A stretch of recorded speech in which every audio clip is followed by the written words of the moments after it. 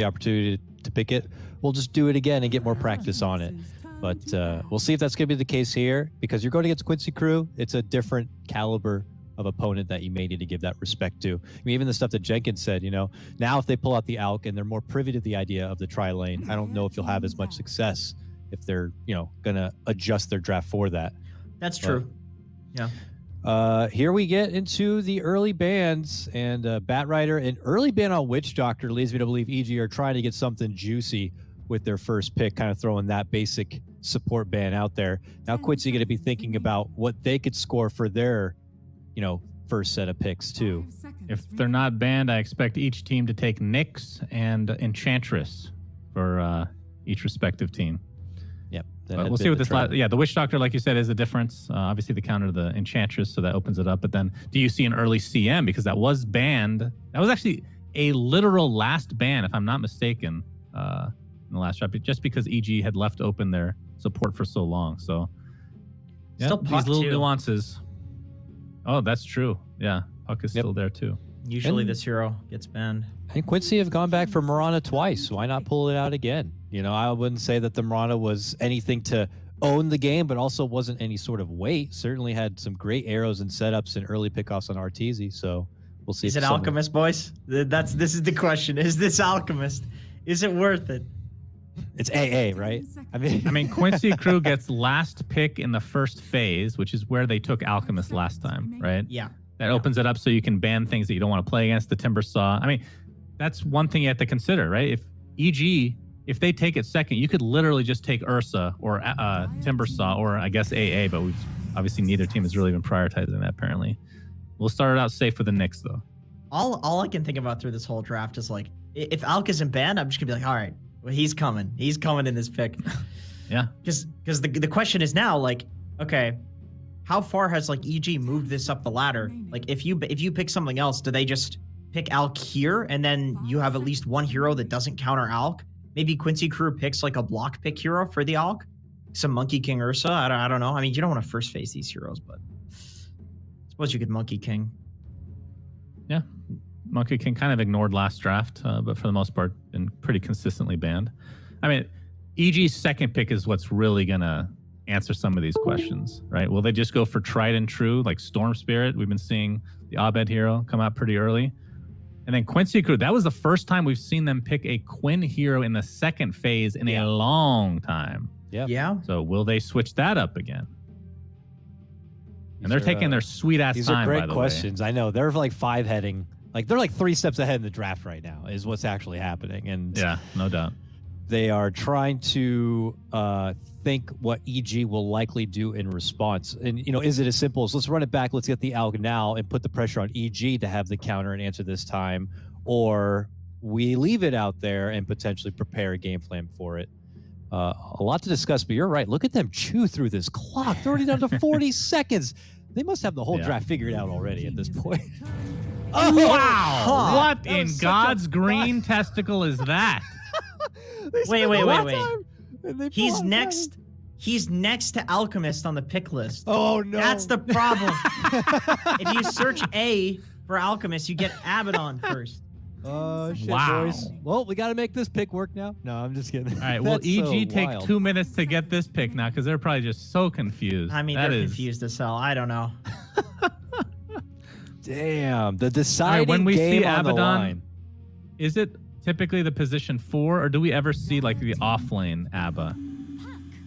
And they just go puck. I mean, Abaddon is this week is ignored. Let's see this month. I even want to see like the pro tracker on Abaddon, if that's even a thing. Abba's been picked twice in NADBC and lost both times. And he barely gets played in pubs compared to most heroes. 251 times, but SVG has pulled it out 4 times in the last 8 days, guys. So SVG has been kind of repping and prepping a bit with this. No Alk either. And yeah, they allow EG to just go right back for the puck. We're expecting Abed puck unless there's some crazy flexibility. And then right into the Leslau Beastmaster. BKB piercing action right there. You got your Purge and your Shield. Wow. I mean, they were expecting the puck. Obviously, silence is good against the Abaddon, but I was just thinking of thinking about why they pick the Abaddon, or Abaddon as most will call it, you can use borrowed time as you exit the coil, right? And you can also use obviously Aphotic Shield to take off coil stun, even with that Ags that comes through. So from that, like from a mid to late game perspective, Abaddon's really good, I would say, against Puck, unless you get silenced. Then you have to itemize for that. But then what position is Abaddon? Will he have enough farm to itemize against it? I have no idea. Assuming it's position 4, but we'll see. I feel like it's probably going to be a 5. This hero is like, this hero is usually picked just like as a buzzkill. Like you just halt the enemy team's, like progress in a fight. It's like, all right, they have to like press like this sequence of abilities to kill a hero full to 0. You just throw like an Abba in front of them, and all of a sudden you need like way more heroes to actually like take a fight. And this would be great like with an alchemist, with like something that you want to just like stall for. Next level strat, gentlemen. Carry. This is your position 1 Abaddon.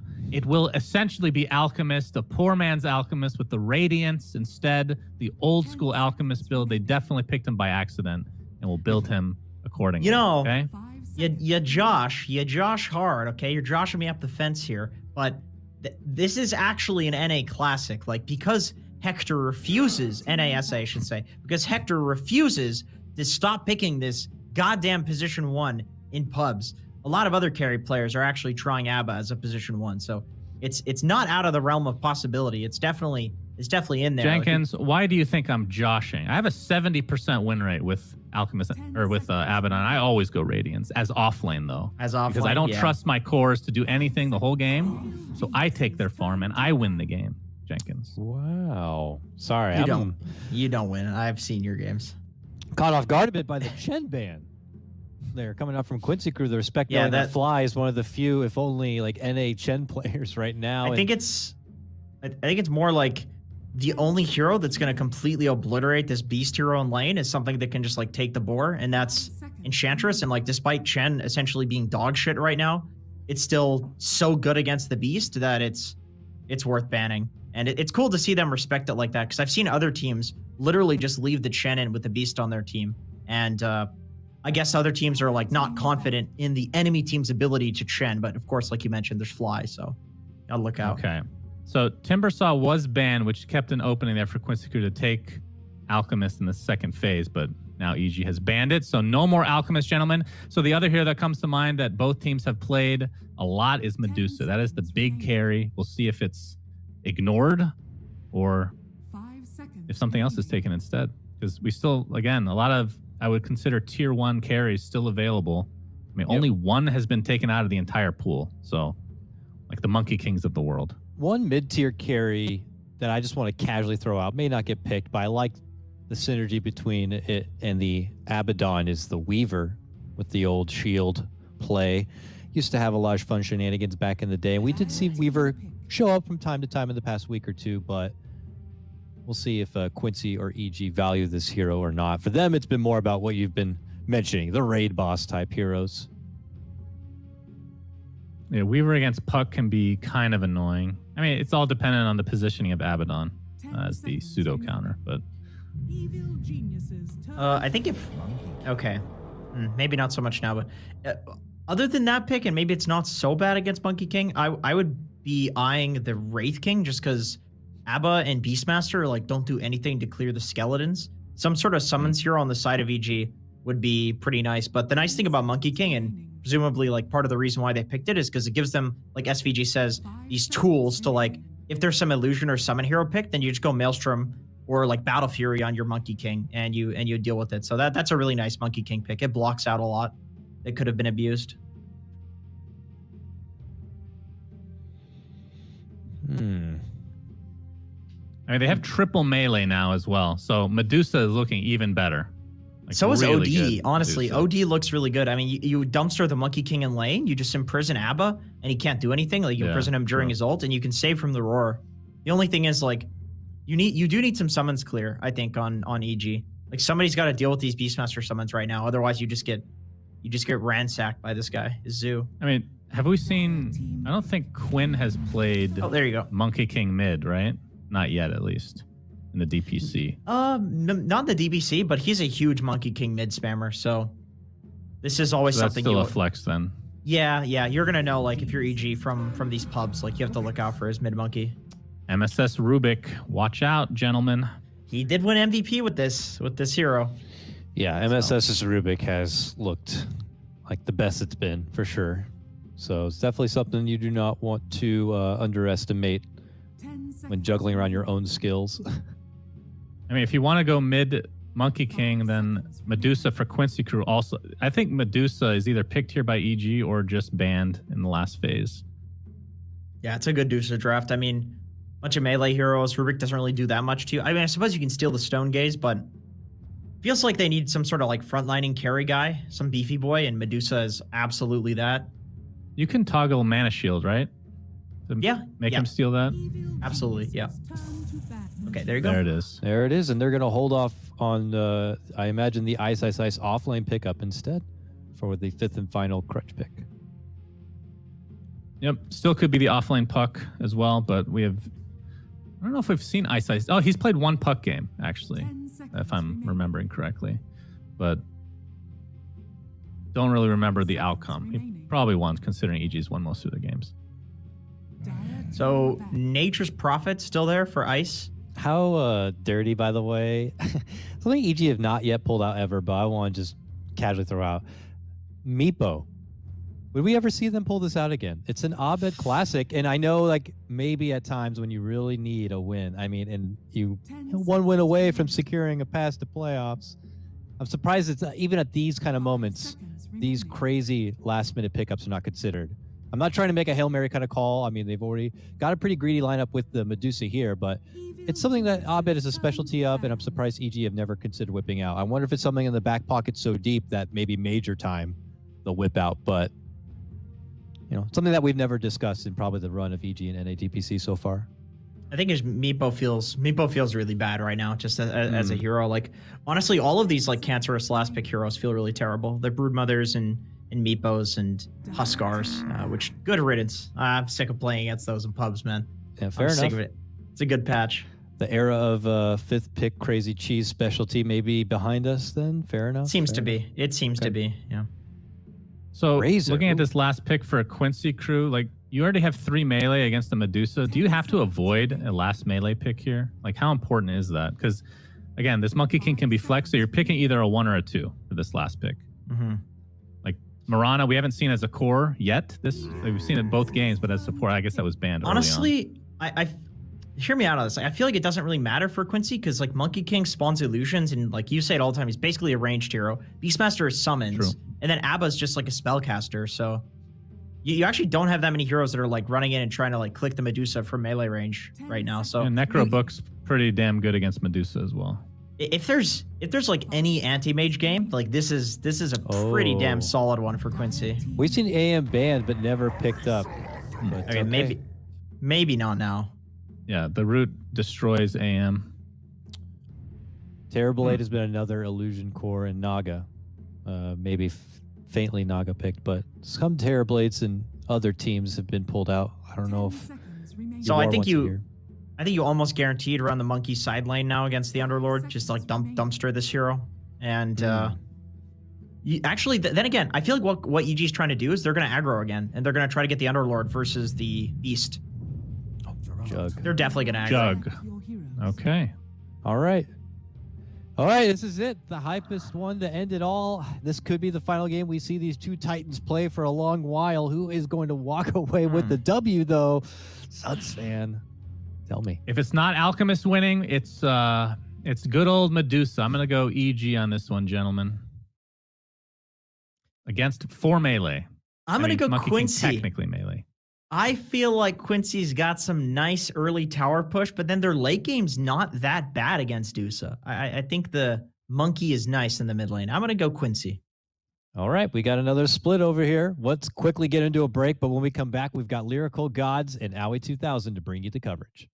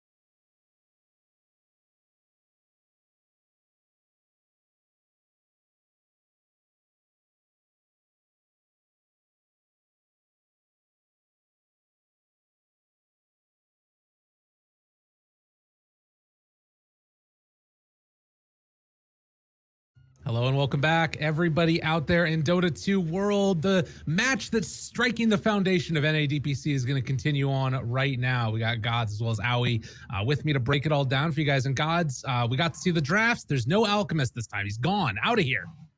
Ban. See you later. No more Alquins. Instead, we get the carry that everybody loves to watch, Medusa, instead. So, you know, it's one carry for another. And then we get another jug game. So we're kind of seeing a very small pool of carries that these two teams seem to value the highest.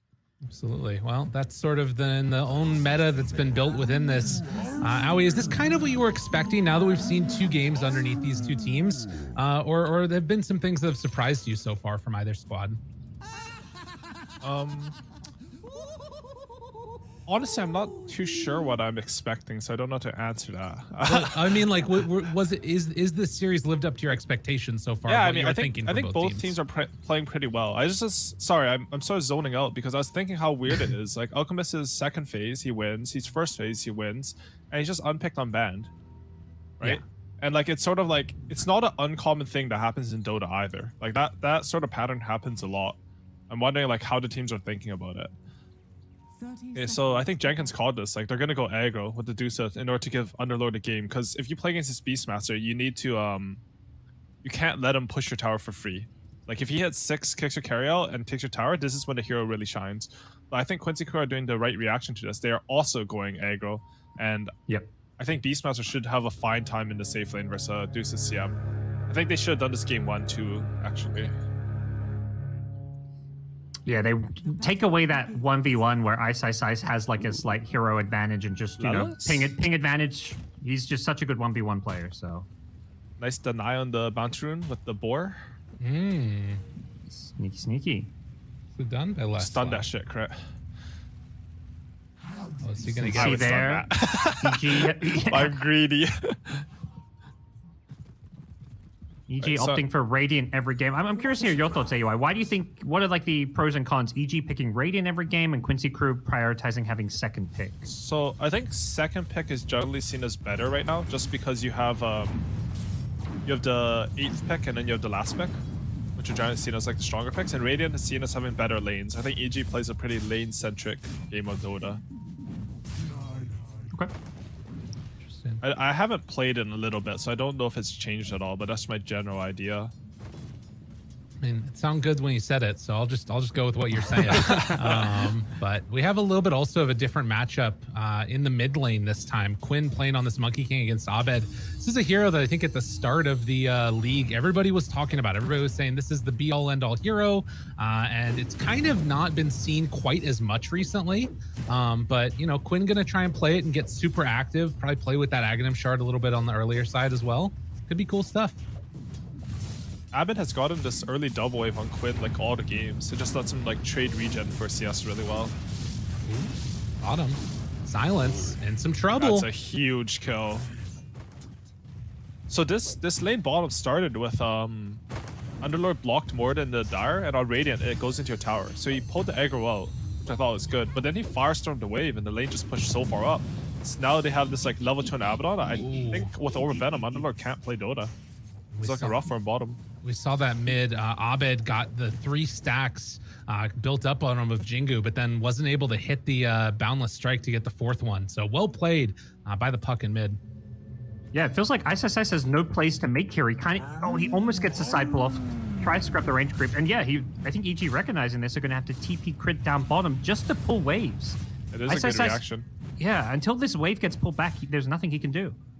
It's good by EG, right? Like, they do this because they have the ward that sees a small camp. So crit hasn't shown here in lane at all, so he gets a free small camp pull off. Normally, if you know the guy is down there, you would like try to stop him from pulling with Abaddon.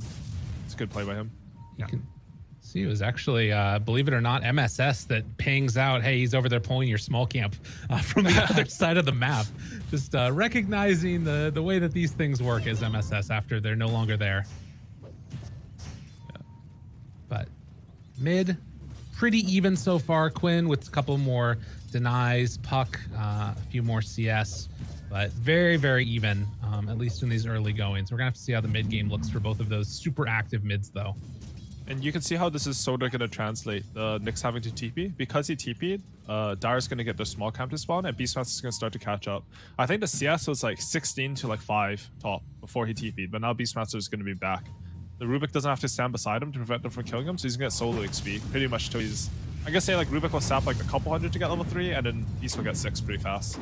So a big difference for him.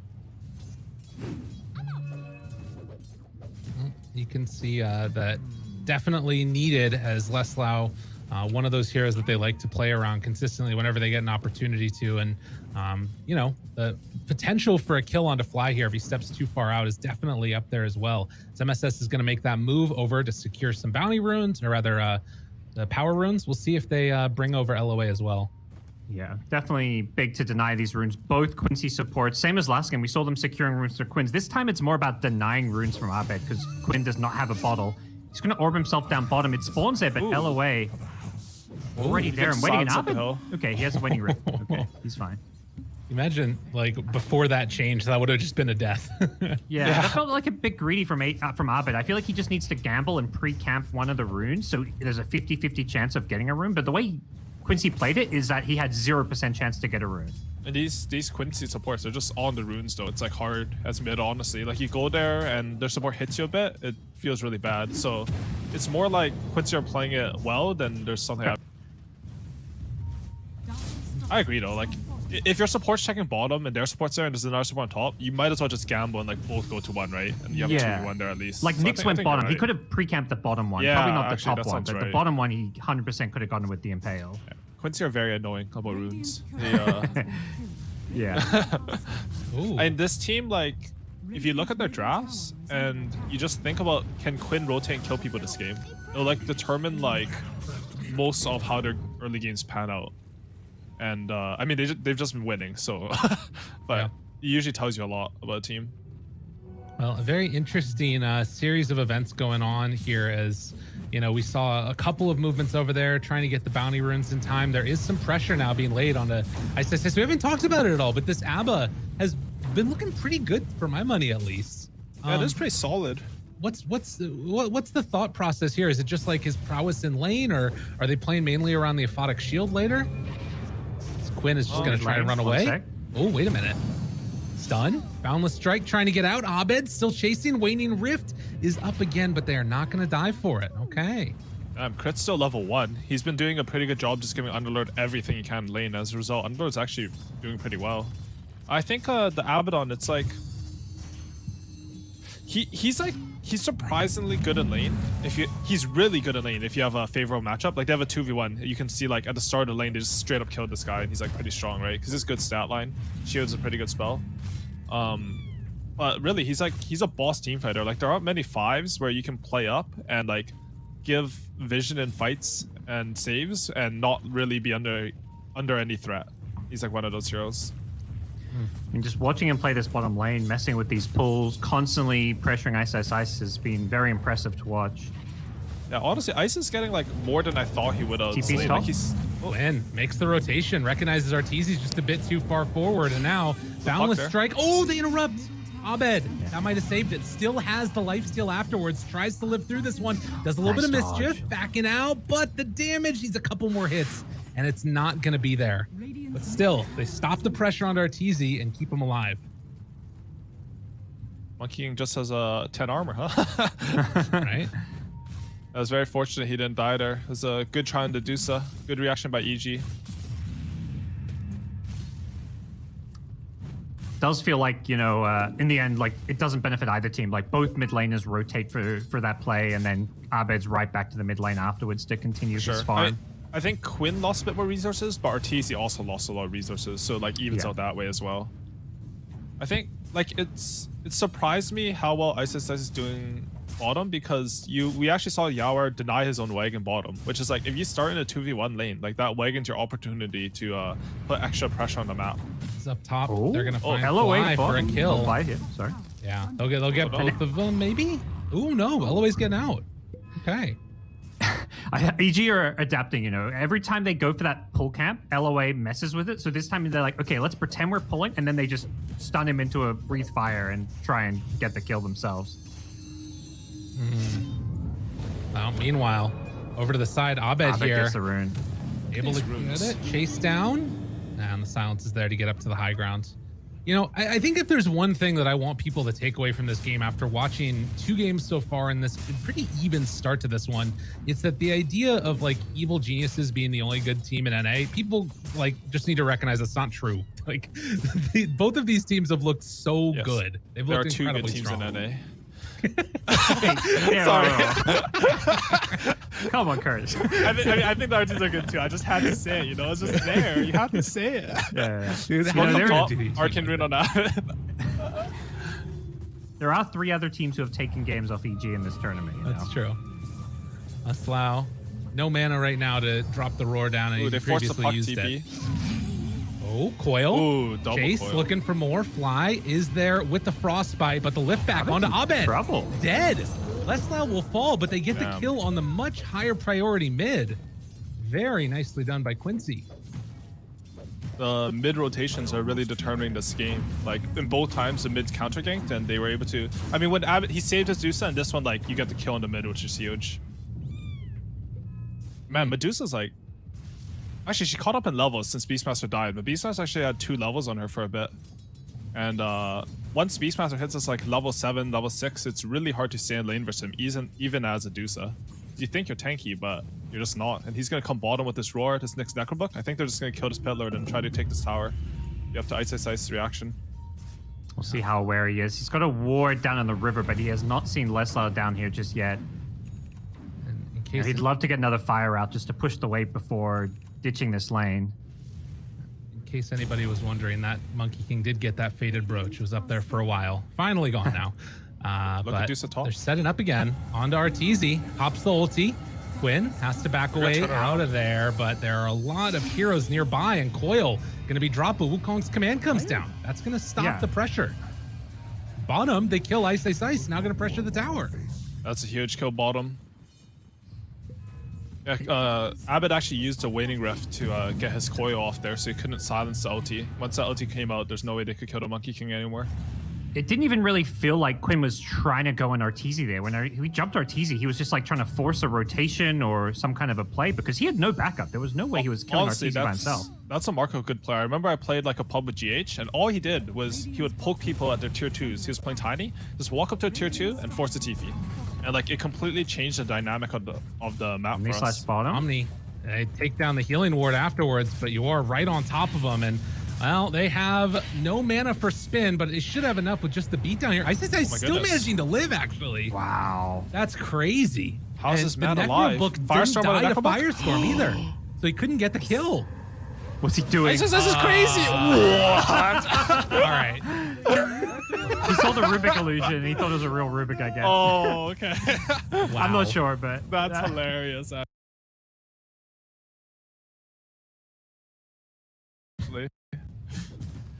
Hey, Yawer, I sort of like this. He went Midas, but to make up for it, he went 3 points in Healing Ward. Because like you're gonna have less impact on the map with a Midas, right? But instead, if you have 3 points in Healing Ward, he just takes a tower with it. Imagine being able to get a Midas and kill towers. Pretty freaking cool. A 2,000 gold lead now for Quincy crew, and they're holding on this top tower too. I don't know what happened, but while that fight was happening bottom, Abed died top on Puck. So that's back-to-back. Well, Oh, man. his previous death was a while ago, but that's 2 deaths now. He's on level Abed. 7. It's like he's almost level 8 and Quinn's almost level 10. That's a big disparity right there. Yeah. I mean, it's Rubik that's like catching up to him now. If MSS has Impale, if he has a good game, this is going to be super deadly. And the Mojo Rubik is definitely a signature hero on him. Yeah. Yeah, whenever I talk to him, he tells me he has like 50 signature heroes, but Rubik is definitely his signature hero. That's classic. All right, if you guys interview him after, ask him. Just ask him what his signature hero is. Okay. He'll get flustered because he thinks he has too many, but he's only good at like 1. Okay? All right. Okay, thanks. Keep that in mind. He was already our, I think, DPC player of the week 1 week as well, wasn't he? Correct. And it was for his Rubik. I think there was a picture drawn of him playing Rubik. So Yeah, I think he got like 6 coils off an enemy. Puck got like 1 off. So sad. Well, we've severely patted his ego at this point, so I think that we've done our job. But 7-1 start. And This Beastmaster's gonna have Necro 3 pretty soon too. It's pretty early for a Necro 3. I And this is a Beastmaster that started 3v1 in a safe lane, right? Like he wasn't like free farm or anything. He's just caught up really well and made a couple good rotations. It really feels like that mid matchup has been the determining factor of this series. This game, Abed just a bit unsuccessful with rotations. Both teams prioritizing early vision, like putting those wards underneath the T1 tower's top, and Quinn just made the better moves around that top lane. For sure. I think a lot of it is actually on Quincy Crew's supports. I think right now their main advantage over EG is that their supports are more active in the early game. They secure the runes better. It's like I wouldn't say that Quinn is necessarily better than Abed because I think they're both top class players. But how his team plays around him or how he utilizes his team is actually slightly better, in my opinion. Well, and I think that gets back to, again, what the panel was talking about, what everybody's been talking about. There's a team that's been together for a long time. They know how to play around their teammates. And now you can see up top trying to find this kill on the fly. It should be an easy peasy one. They want two, though. They want Arteezy. Thinking about it. Wait, Puck, though. They're waiting for him to move on in. Oh, they're going to get Puck. Oh, the catch, the impale. They roar it. Stacking up the stuns, that is not the way to do it. Just a joke, guys. Just a prank. I don't know about that one. Signature throwing going on right there. Yeah, I think Arteezy was going to save him anyways with the Stone Gaze. The Necrobooks weren't going to get their damage out. So what happened there is he used Rubik Lift. He tried to lift him back into the Impale, right? Yeah. But if you impale him when the Rubik Lift is still on, it keeps him in place. So you have to time it like absolutely perfectly to get the lift back, and it was just off. If he gets lifted back into the Necrobook and Roar, he dies there, even with the Stone Gaze. It's a very close kill. That's like it's like surprisingly hard. It's like if you've ever tried to force that someone out of base and grip them with Lich. I don't know if I've ever tried that, but I just try that a lot. It never like goes as well as you hope it will. How do you try that a lot? What the hell? What? Because I buy force stuff with Lich, and I want to pretend to be cool. So I go for plays that shouldn't happen. And I have no force staff and my carry dies. And I say, why you feed, you know? Okay, I gotcha. Oh, silence on the Nyx. Well, on the other side of the map as well, as they're trying to get that kill on the crit, it looks like Leslau likely to fall. So 2 simultaneous kills going on cross map. In particular, these teams have been really good about the bounty rune smokes and plays. I think game 1, we saw like 4 fights from the 10 to 25 minute bounty runes. It's become a really big objective. You can see Quincy almost expecting this walk, and they have sentries littered around this mid and bottom side of the map. They're going to be running out of sentries soon based on what the mini map looks like. They do have a Necro 3 coming up, so it's sort of cool, right? Because they spam all their sentries to get map control, and then later on they can rely on this Necrobuck item, which they built all 3 games. Seems like they just have an idea about this item. Looking very cool, and it forces these weird wards from Evil Geniuses up there where the Tinker used to play at. It's a good anti-Monkey King ward there, though. Yeah. It does have a Coiling Blade on Dusa, too. Oh, top lane? They're just going on him. Leslau here as well, has the roar, connects, Stone Gaze gets off. Chased in, thinking about it. Abed gets the jump away, and it looks like the pincer move is kind of coming from Abba moving around the side, but Ice takes them all and will walk away, and they will get out. Pretty heads up play by Ice there. He actually TP'd there and then started channeling his ulti right away. Get them out.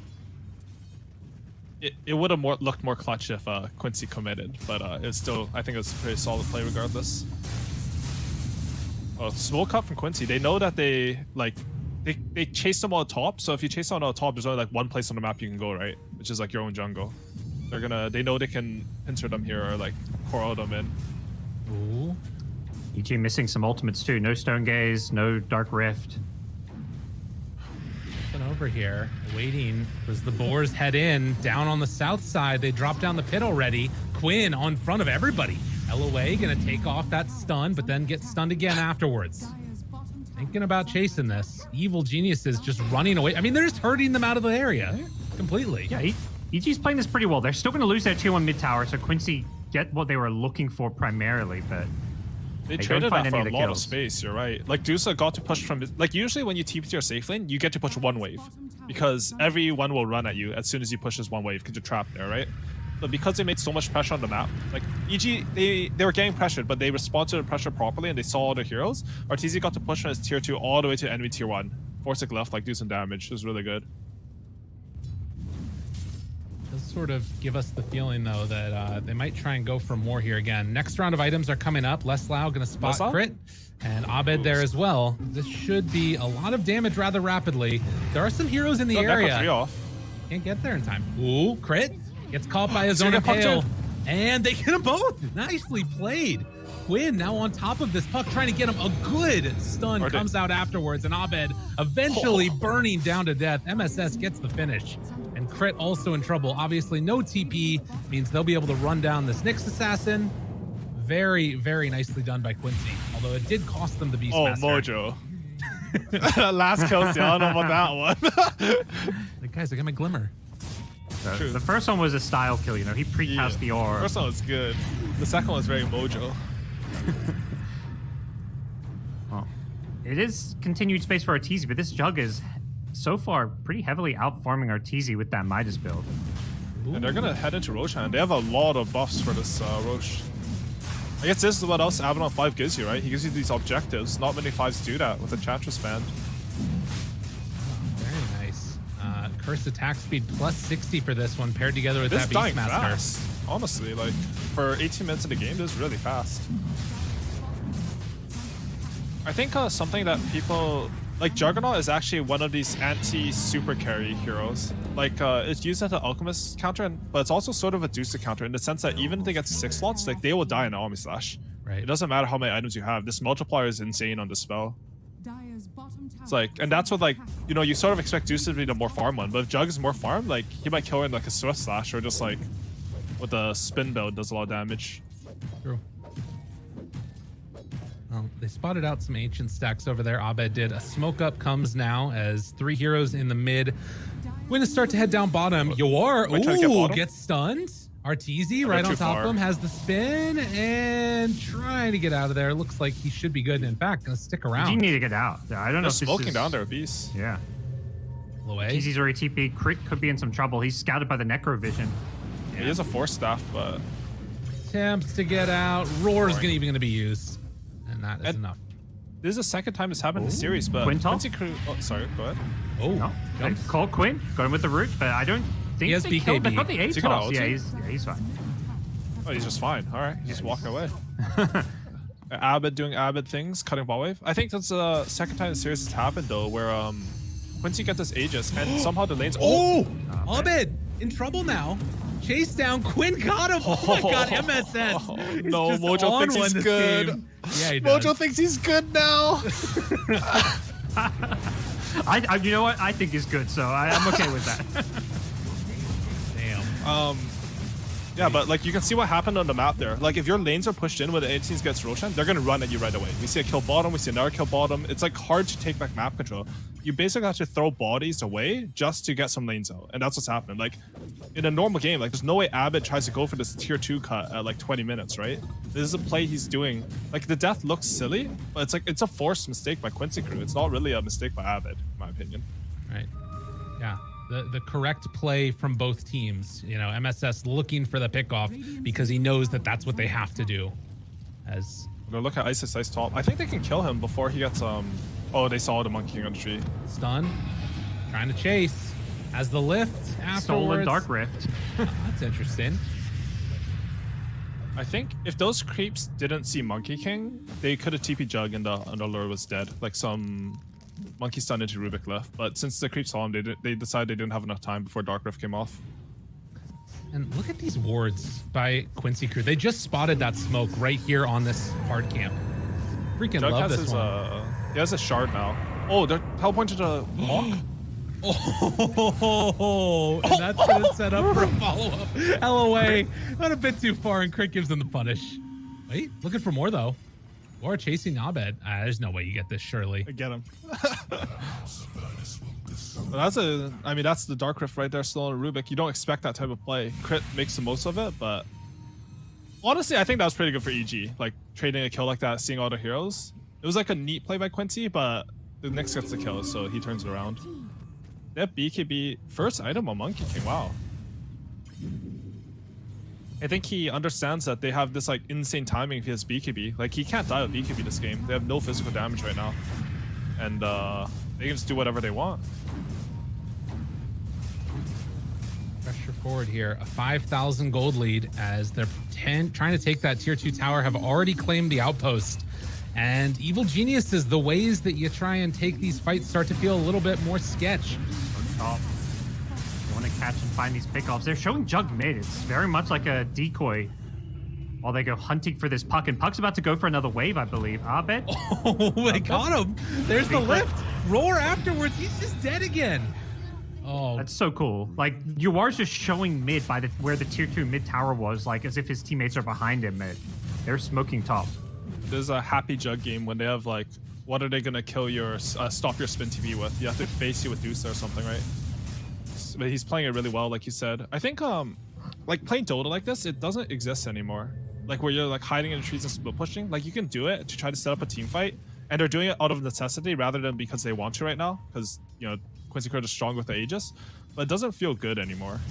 And we're sort of seeing Quincy Crew. They're really good at punishing that. Abed's still no Blink Dagger. That's what he was desperately trying to farm while he split pushed. Would have made his We life. have the Solar Crest coming up for Beastmaster soon too. That's going to be one amped up jug. crit. This sorry, go ahead. He's just playing around his ward and trying to get these pushes, but if he's not careful and get out of here soon, he might just die. MSS is hunting. Oh no, They Mojo's spot on the him. case. Still We got stunned again. That's the third time this game.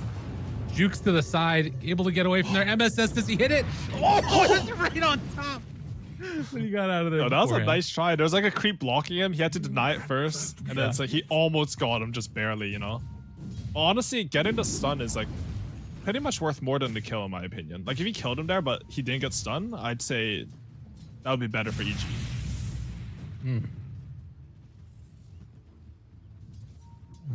Actually, okay, sorry, go ahead. No, I was just gonna say we see once again Quincy just with complete map vision. It feels like every single game they have this vision advantage with both through their wards and of course the Beastmaster this game. Yeah, they're Two just very they're deep ward spamming stock. Necro 3, right? So it's like, I don't envy Fly right now. Like, it's a very hard game to play. He's a level 8 CM. He's trying his best to go vision. As soon as you get all vision, they run at you and they de-ward with the Necro. Yeah. Do you guys see this impale range on Rubik? It's messed silly. up. Oh, It's actually messed jeez. up. This is like the Lion 25 talent on a better Uh-oh. stun. The wrap. They're coming. Catch is already Oh, on the God. fly. The stun's not going to be there, but they got a bigger stun coming in a moment from the Rubik. Lift up afterwards if they want it. Arteezy walks back in. Coil down onto 2. Doesn't look like it's going to be enough. They've already taken down the Underlord and the CM, and now hunting for more. Crit. Looks like he might be able to get out of there, but yeah, Quincy Crew just assert dominance. They just know exactly where EG were. This ward by this Radiant Cliff. Like this is the second time they've used this ward in back-to-back games. Maybe the last one was a misclick. Yeah. This time they put the high ground, huh? yeah. SVG is the type of player who, LA, he thinks about every word he places a lot. Like, that guy thinks a lot. Well, They're he's going to right Sabal. on top of He's dead. Arteezy. He doesn't have a TP. They were just super prepared God, they're for him. tipping Dude, him. he was so alone. All right, MSS has literally tipped like the whole team at this point. I'm pretty sure everyone hates salad Mojo. he just makes plays, and then he thinks he's good, so he tips you. Yeah.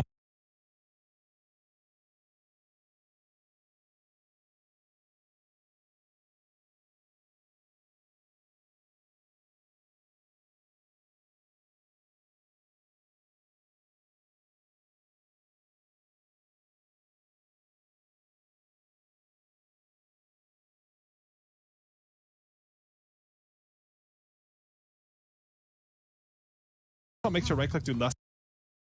So you need that rapier this game for sure.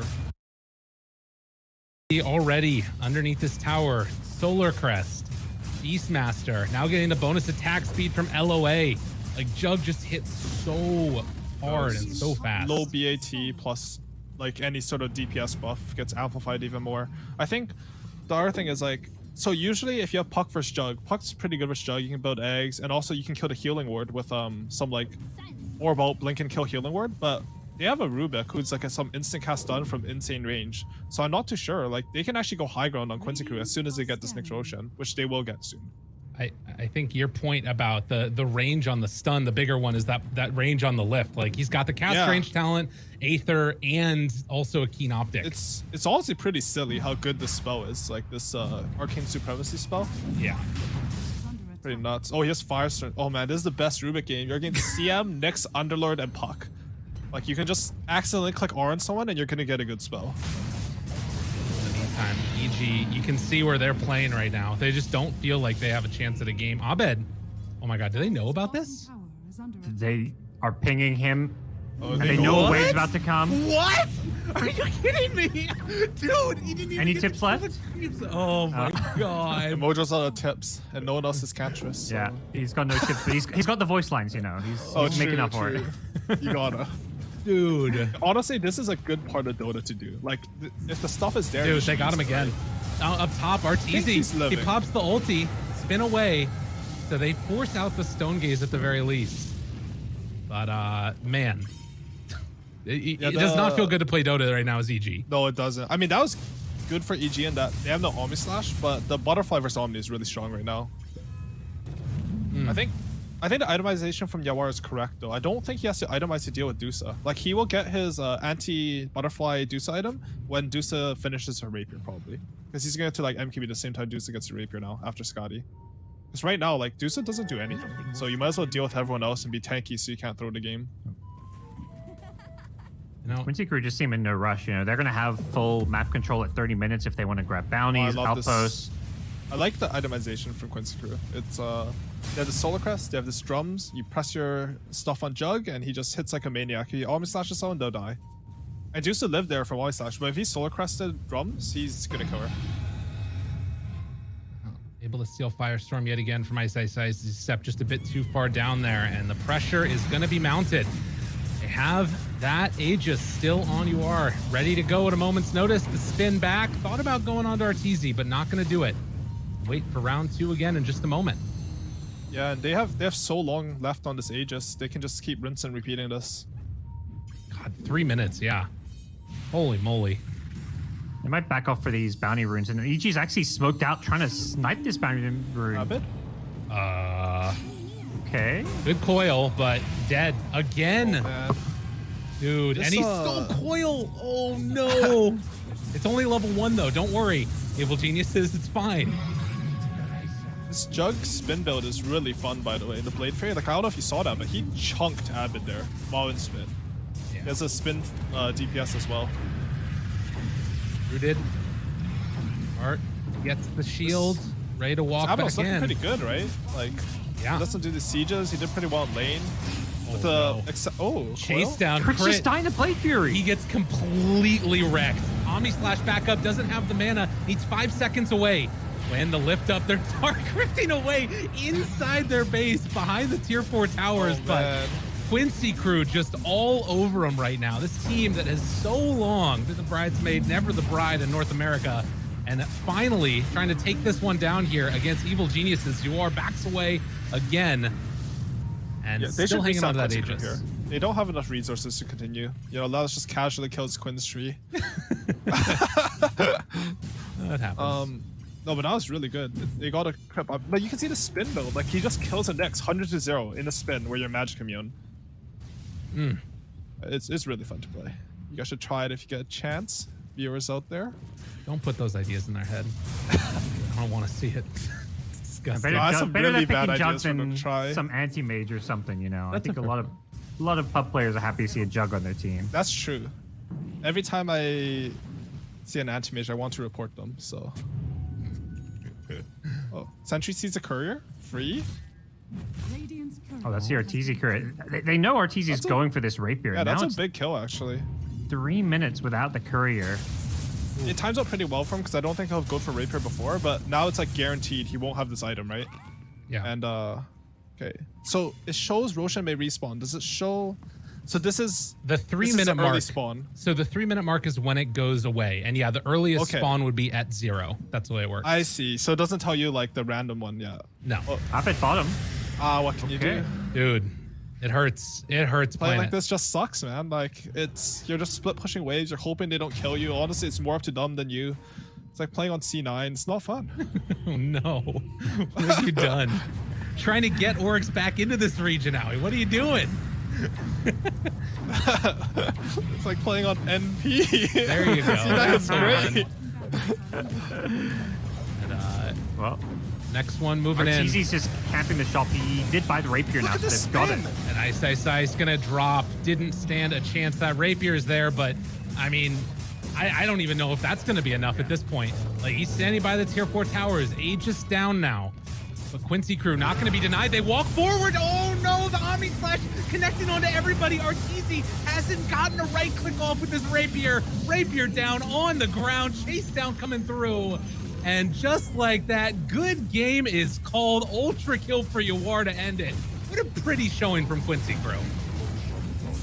God Fantastic stuff. And well-deserved win. Like both game 2 and game 3 just heavily outplaying EG, controlling the map better. And even game 1, when they were down in the laning stage and losing, they looked like they were on the same footing as EG. So really impressive best of 3. So good. I mean, they played really well. EG, honestly, like they didn't play bad these games, I don't think. I think Quincy Crew's strength is just showing. Like you think about EG's play, they that TP mid from Isis Ice stands out to me. Those were some really good individual plays, but I think Quincy's teamwork was just on a better level this series. And I mean, Parker, what does this sort of set us up for now? There's a lot of things going on about what this win would mean, obviously for the team itself, but the greater DPC as well. And ADPC. Well, with that, it's still pretty open. EG have won last series against the bottom team, so they're likely to go 6-1. But Quincy still have to play Undying. They still play Sad Boys. So, you know, they've beaten EG, the juggernauts of NA, but they still have to get the job done against some tough competition. Absolutely. We got those games coming up in the next little while.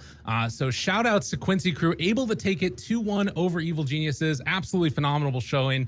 That game 3 also just like looked so clean. I did want to take a second just real quickly before we head on back to the panel that since this is the NADPC, there's a lot of crazy things going on in the world right now. Specifically in Texas, it's been hit by a really cold weather time. It's a state that's very much not prepared for it. And I just wanted to sort of extend this little offering to all of you out there. If you're doing well right now, if you have funds to spare, there's a lot of different charities, mutual aid funds that are aimed at trying to help people that are in need during this time.